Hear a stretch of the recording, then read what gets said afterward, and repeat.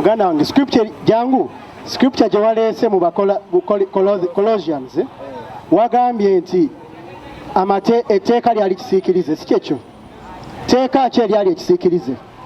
Kuba amateeka gali mu categories 5, divisions 5. Division esooka yali morals neeyisa, okitegedde? Tewebakanga ne mukyala wa taatawo, tewebakanga ne mugandawo, okitegedde? Moral laws. Amateeka malala civil laws. Omenye etteeka lino baku punishment yino. Etteeka eddala sacrificial law, nzija. Etteeka sacrificial law eryakusaddaaka. Etteeka eddala ceremonial laws, amateeka ag'obubaga. Teeka ki Yesu lye yajjawo kwago? Wuliriza, njagala obulira abantu bonna, sembera wano. Njagala obulira abantu bonna, sembera nkuwa obuzindalo. Teeka ki Yesu lye yajjawo? Tubuuze Bayibuli. Mpa olunyiriri. Teeka ki? Nkuwadde categories 5 ez'amateeka, divisions 5. Teeka ki mu ezo Yesu lye yajjawo? Tubuuze Bayibuli. Bakolosaayo essula ya 2:16 ne 17. Okay. Jangu togenda wala. Egenda tulaga etteeka Yesu lye yajjawo. Etteeka Yesu lye yajjawo. Etteeka Yesu lye yajjawo. Somawo gambye ki? Bakolosaayo essula ya 16. So Colossians 10, 16 and 17. Sembera kumpi. Ogenda kuginnyonnyola. Colossians chapter 2 verse 16 and 17. Egenda tulaga teeka ki Yesu lye yajjawo. Read. This is the book of Colossians chapter 2 and verse 15. 16. Let no man therefore judge you in meat or in drink, or in respect of an holy day, or of the new moon, or of the Sabbath days, which are a shadow of things to come. But the body is of Christ. Let no man beguile you of your reward. So, lineteeka jangu nyonnyola abantu. Ngenda kukwatira omuzindaalo. Teeka ki nyonnyola scripture. Akugambye nti n'olwekyo omuntu yenna tabanenya oba tabasalira omusango olw'ebyokulya oba ebyokunywa oba olw'omwezi ogulabise oba olw'olunaku olutukuvu oba olw'olwa Sabbiiti, kubanga ebyo byonna byaliwo ng'ekisiikirize, naye ekyaddala ye Yesu Kristo. Kale ngenda kubuuza ekibuuzo ekyokubiri. Setogenda. Ani yawandiika ekitabo kino? Ekiriwa? Colossians ekyabakolosaayo. Ekyo kigambo kya Katonda. Ani yawandiika ekitabo kino? Kubanga eno bbaluwa yali bbaluwa, si kyekyo? Ekyo kigambo kya Katonda. Ani yawandiika ebbaluwa eno? Kigambo kya Katonda. Kale kankulage. Ngenda kubanga tamanyi. Give me Colossians chapter 1 verse 1. Wuliriza mukanda wange, wuliriza ngenda kusomesa. Colossians chapter 1 verse 1. Colossians chapter 1. Muganda wange va kubali abatazze kuyiga. Read that. Colossians chapter 1 verse 1. Colossians chapter 1 and verse 1. Paul, an apostle of Jesus Christ, ani awandika ekitabo ky'Abakolosaayo, by the will of God. Paul, an apostle of Jesus Christ. Paulo omutume wa Yesu Kristo. Wuliriza, Paulo omutume wa Yesu Kristo yawandika ekitabo ky'Abakolosaayo. Wuliriza bulungi. Njagala tugende mpola oyige. So, ani tugenda mpola tunywere ekitabo kino. Ani yali akulembera abatume bana ba Yesu Kristo? Ani yali mukama waabwe? Head chief apostle mu bufunze. Temuli mukisa. Chief apostle yali Peter, oba tokimanyi. Yali Petero, wuliriza. Petero ye yali abakulembera bonna. Petero yayogera ki ku bbaluwa za Paulo? Give me 2 Peter chapter 3 verse 15. Wuliriza bulungi. Kubanga abantu abasinga batandika Bible is a history book. Wosoma ekyobola mulimu bakabaka bakulaga bwabakabaka. Bakulaga ba Musa. Wuliriza. The Bible is a history book. Wazo kimanji. Mulimu ebyafaayo. Siliko yikesh. Read 3:15. This is the book of 2 Peter chapter 3 and verse 15.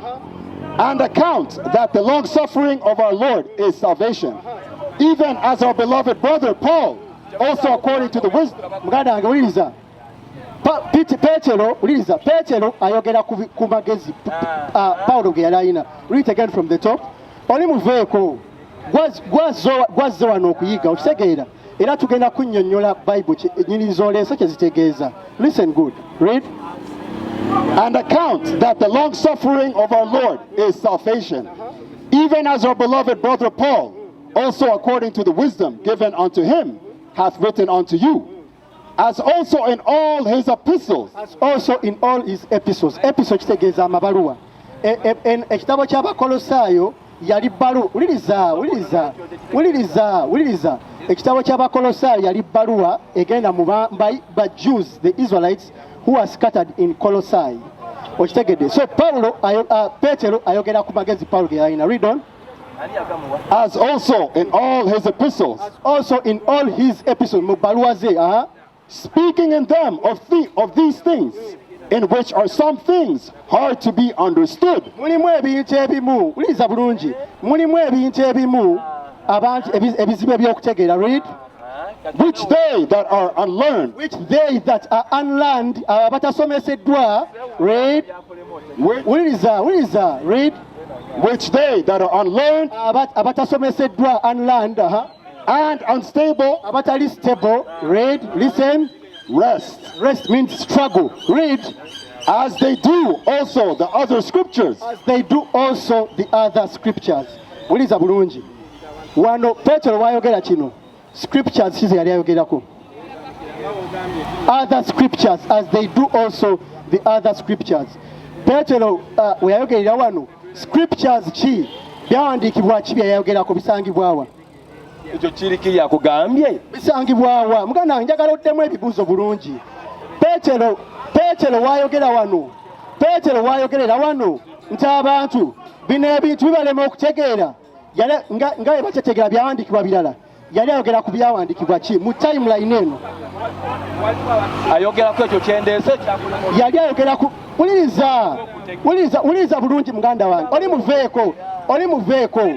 Wuliriza bulungi. Read that verse again. Slowly. Njagala otegere muganda wange. Ozze wano oze kutegeera. Read it again. This is the book of 2 Peter chapter 3 and verse 16. As also in all his epistles. Mwebuli mu bbaluwa ze. Wuliriza bulungi muganda wange. Read. Speaking in them of these things, in which are some things hard to be understood, which they that are unlearned and unstable. They that are unlearned and unstable. Rest means struggle. The way you're struggling to understand simple things. Read. As they do also the other scriptures. The same way they do the other scriptures. Unto their own destruction. So scriptures ki Petero ze yali ayogerako wano. Oba kyomanyi ngamba nzikugambe. Scriptures ze yali ayogerako wano zimanyi ba struggling. Tukulaze nti Colossians was a letter.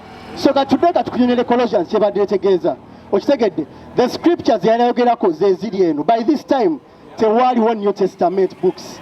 Bible kitegeeza collection of books. Kigambo kya Luzungu kitegeeza collection of books. Okitegedde. So today in Colossians chapter 2 verse 16. Ngena kunywera kyetegeeza. This is the book of Colossians chapter 2 and verse 16. Let no man therefore judge you in meat. Let no man therefore judge you in meat. Read. Or in drink. Or in drink. Read.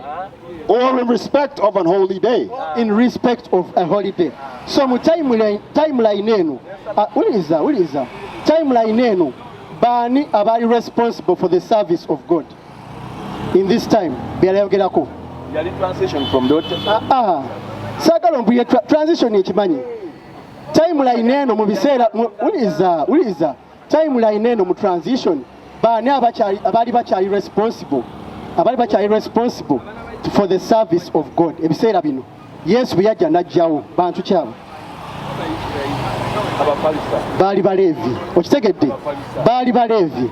Abaleevi be baali baweereza emirimu gya Katonda mu temple. Kati bwe yali referring to kankulage precept eno. Give me the book of Ezekiel chapter 44 verse 15. 45:15. Yes, read. Wuliriza bulungi. Kikino kye yali ategeeza. Read. This is the book of Ezekiel 45 and verse 17. Verse 15. Okay, verse 17. And it shall be the prince's parts to ebiseera ebyo yali prince's part, the princess from the tribe of Levi. Read. And it shall be the prince's parts to give burnt offerings. To give burnt offerings, bawangayo ebiweebwayo ebibookya ente bayokyanga ente basacrificing ente, and meat offerings, and drink offerings, wuliriza bulungi. Read. In the feasts and in the new moon. In the feasts and in the new moons. Ebiseera bino abaleevi be bali responsible for that duty. Read.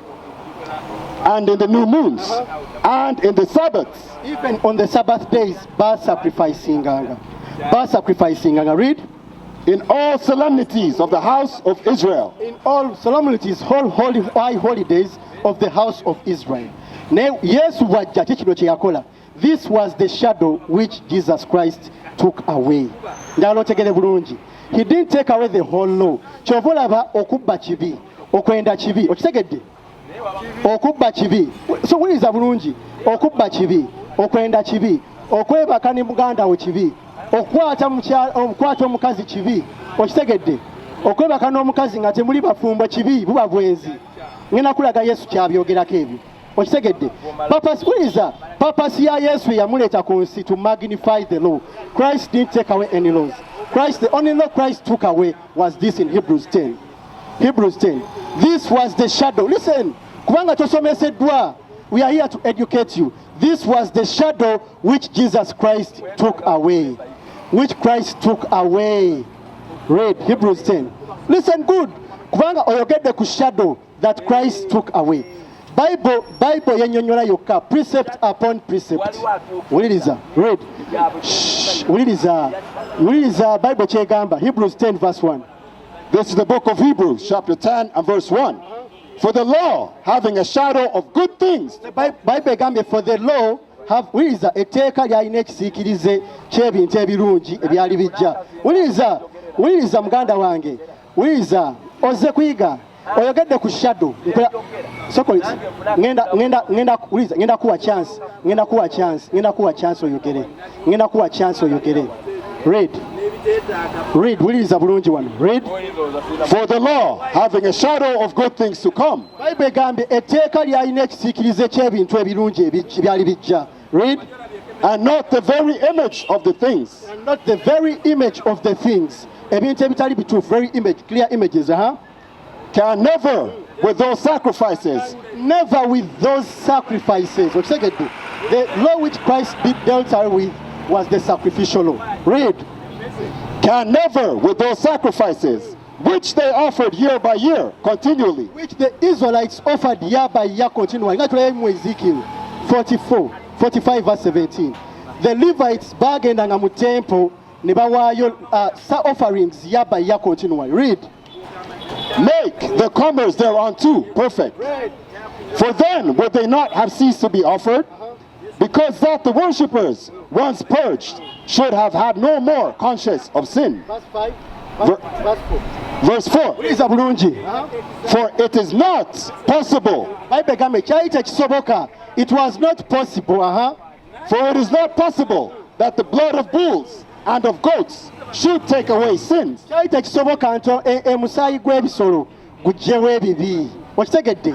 Read.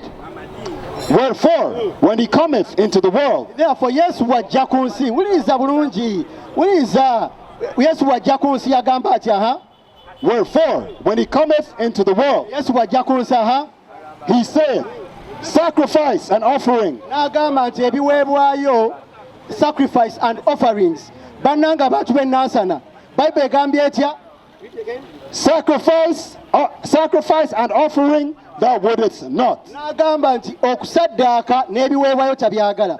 Wuliriza, saddaaka n'ebiweebwayo, offering. Wuliriza, saddaaka n'ebiweebwayo teyabyagala. Kulwaki olwaleero? Wuliriza, kulwaki olwaleero bano abantu babasaba ssente? Okitegedde? Kulwaki olwaleero Bible egambye ebiweebwayo yabiggyawo? Kulwaki musaba abantu ssente? Kulwaki mubba abantu? Okitegedde? bano ba Christian pastors baafuuka babbi. Bible kyegambye egambye sidduka nkedde kujja wano okitegedde nkedde kujja wano. Read on. This is book of Hebrews chapter 10 and verse 5. Liri netteeka Yesu lyajjawa ha. Wherefore, when he cometh into the world, he saith, sacrifice and offering thou wouldest not, but a body thou hast prepared me. Yesu yaweebwa omubiri aha. In burnt offerings and sacrifices for sin thou hast had no pleasure. So Yesu teyabyagala ebyo. Read. Burnt offerings. Listen. Burnt offerings and sacrifice. Read. Then Read. Then said I, Lo, I come in the volume of the book. Yagamba nzize mu measure y'ekitabo ekyampandiikibwako ha. It is written of me to do thy will, O God. Read verse 8. Above when he said, sacrifice and offering. Read. Release. Sacrifice, our detail. Sacrifice and offerings. Read. Above when he said, sacrifice and offering and burnt offerings and offering for sin, thou wouldest not. Ono omusajja Yesu yali ayogera ku bino. Kala ye emataringa. Uliriza. Kala ya Yesu emataringa oba temataringa mu Bible. Kala ya Yesu emataringa oba temataringa. Kale. Ono kala ya Yesu batemataringa. Kala ya Yesu batemataringa. Bible ennyonnyola kala ya Yesu. What is a nation? Nation is family. Nation is community. Nation is men leading by example. Nation is women's support. Nation is children with role models. Nation is unity.